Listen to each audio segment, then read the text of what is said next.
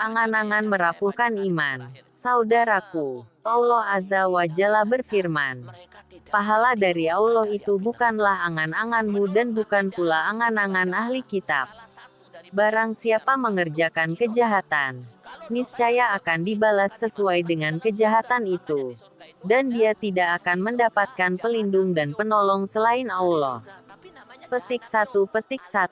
Quran Surat An-Nisa 123. Ayat ini mengajarkan kepada kita untuk tidak terbuai oleh mimpi-mimpi indah atau angan-angan kosong. Angan-angan al-amani adalah ilusi atau hayalan dan merupakan salah satu alat atau perangkat yang dipergunakan setan untuk menyesatkan umat manusia.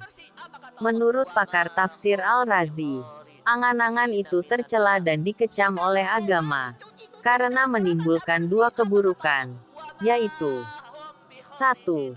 Sifat loba al-hirsh. Karena loba, seorang bisa menghalalkan segala ambisi untuk menggapai keinginannya. 2. Sifat ingin kekal al-amal di dunia. Karena merasa kekal di dunia, seorang bisa lupa diri dan tidak perlu bertobat, serta tidak akan berpengaruh baginya petua atau nasihat. Saudaraku, menurut Imam Ghazali, seseorang yang membenamkan diri dalam dosa dan maksiat kepada Allah Azza wa Jalla, tetapi ia berharap memperoleh surganya, maka harapannya tentu tertolak. Rasulullah Shallallahu Alaihi Wasallam pernah menyebut orang yang berbuat demikian sebagai orang yang kerdil dan tidak tahu diri. Kata beliau, orang kerdil lagi tidak tahu diri adalah orang yang mengikuti dorongan hawa nafsunya, tetapi ia mengharap surga dari Allah. Jadi, kita harus dapat memilih dan memilah mana angan-angan dan mana harapan. Kata harapan, optimis dan angan-angan adalah kata yang seringkali kita dengar dalam kehidupan sehari-hari. Namun ketiga kata ini memiliki perbedaan arti yang cukup signifikan. Dengan mengetahui perbedaannya, kita dapat mengetahui apakah selama ini kita sedang menumbuhkan harapan, rasa optimis atau angan-angan. Mari kita evaluasi diri. Menurut Saneje Lopez di dalam bukunya Making Hope Happen, harapan adalah sebuah keyakinan akan masa depan yang lebih baik dan di saat yang bersamaan muncul keberdayaan untuk mewujudkan hal tersebut. Jika dilihat dari pengertian harapan di atas, ada dua unsur yang sangat penting yaitu bagaimana kita melihat masa depan dan bagaimana kita merasa berdaya. Inilah yang membedakan antara harapan, optimis dan angan-angan dilihat dari kedua unsur di atas. Optimis memiliki unsur yang pertama, yaitu memiliki keyakinan yang tinggi terhadap hal-hal yang akan terjadi di masa depan. Namun kita tidak memiliki daya kuasa untuk mewujudkan hal tersebut. Sebagai contoh, kita optimis bahwa tim Manchester United akan menjadi juara di pertandingan sepak bola musim ini. Dalam hal ini kita bisa memiliki keyakinan terhadap sesuatu yang belum terjadi. Namun kita tidak memiliki kuasa atau kendali untuk mewujudkan hal tersebut dikarenakan kita bukanlah pemain yang akan bermain di rumput hijau yang sebenarnya. Angan-angan justru tidak memiliki kedua unsur di atas. Angan-angan adalah sebuah keinginan akan sesuatu yang terjadi di masa depan. Yang keinginan tersebut tidak didasari oleh keyakinan yang kuat bahwa hal tersebut akan terjadi. Di saat yang bersamaan juga tidak ada kuasa atau kendali di dalam mewujudkan hal tersebut. Misal, kita berangan-angan memiliki rumah mewah di daerah elit dengan mobil sport di dalamnya. Jika keinginan tersebut kita sendiri tidak yakin bahwa hal tersebut bisa diwujudkan dan tidak merasa memiliki kuasa atau kendali untuk mewujudkannya, maka itulah yang disebut angan-angan. Ketiga hal di atas, baik harapan, optimis dan angan-angan memiliki satu kesamaan, yaitu adanya keinginan. Perbedaannya terletak pada keyakinan bahwa keyakinan itu bisa diwujudkan atau tidak, dan keyakinan bahwa saya bisa mewujudkannya atau tidak. Perbedaan kedua, Harapan akan memberikan energi bagi seseorang untuk bertindak lebih baik dibandingkan dengan optimis dan angan-angan. Di dalam harapan muncul sebuah rencana. Muncul gambaran akan hal-hal yang sebaiknya dilalui. Bahkan muncul hambatan-hambatan yang perlu diselesaikan. Gambaran tersebut begitu jelas sehingga seseorang tahu persis langkah-langkah yang akan dilakukannya untuk segera mewujudkan harapan tersebut.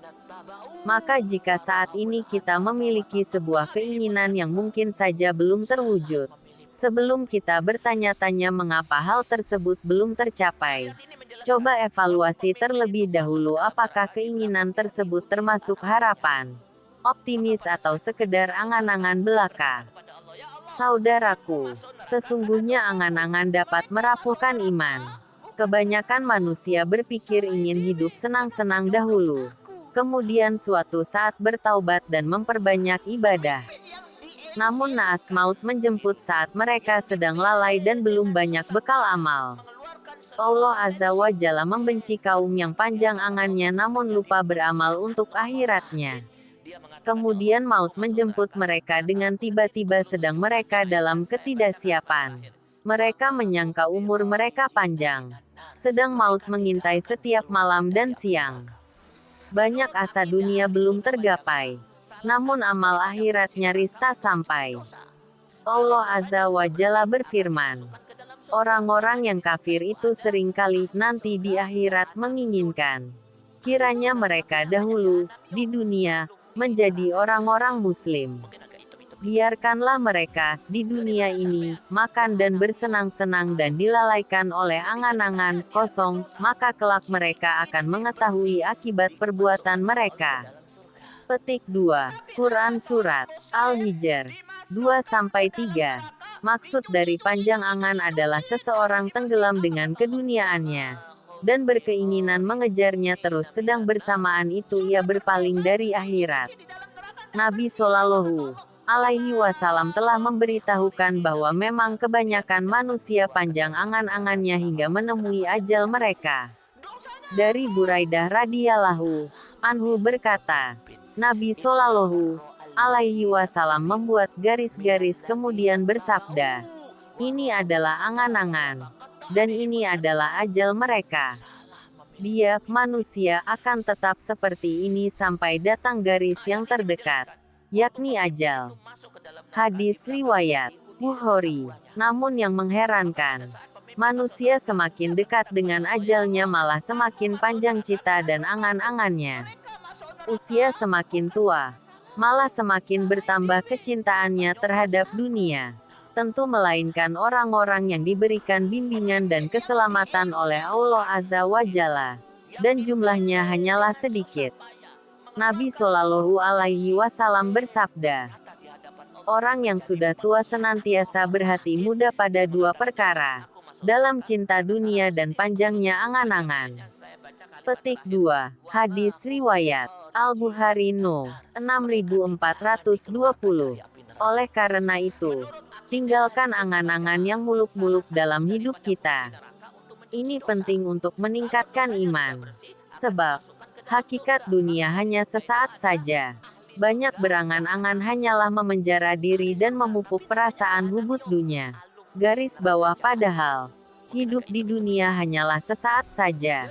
Allah Azza wa Jalla berfirman, maka bagaimana pendapatmu jika kami berikan kepada mereka kenikmatan hidup bertahun-tahun? Kemudian datang kepada mereka azab yang telah diancamkan kepada mereka.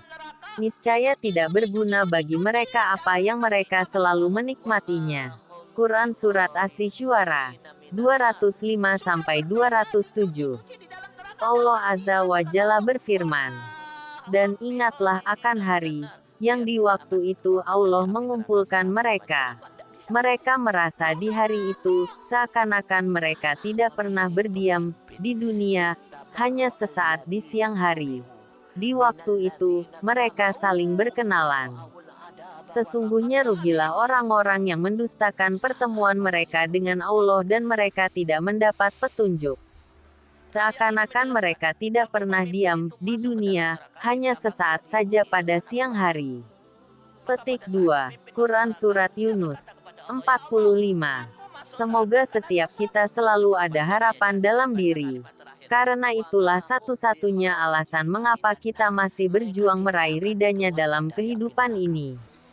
Semoga Allah Azza wa Jalla mengaruniakan hidayah-Nya kepada kita, sehingga kita tetap istiqomah senantiasa menjauhi angan-angan yang dapat merapuhkan iman untuk meraih ridha-Nya. Amin ya Rab. Garis bawah wallahu alam bisawab garis bawah. Mungkin agak hitam-hitam dikit. Dari mana sampean? Jahanamiyun, alumni neraka. Jadi ceritanya dia berdosa, dicuci, bersih, dimasukkan oleh Allah ke dalam surga.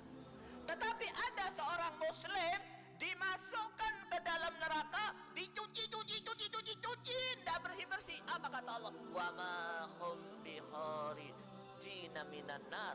Sudah berdosa, dicuci di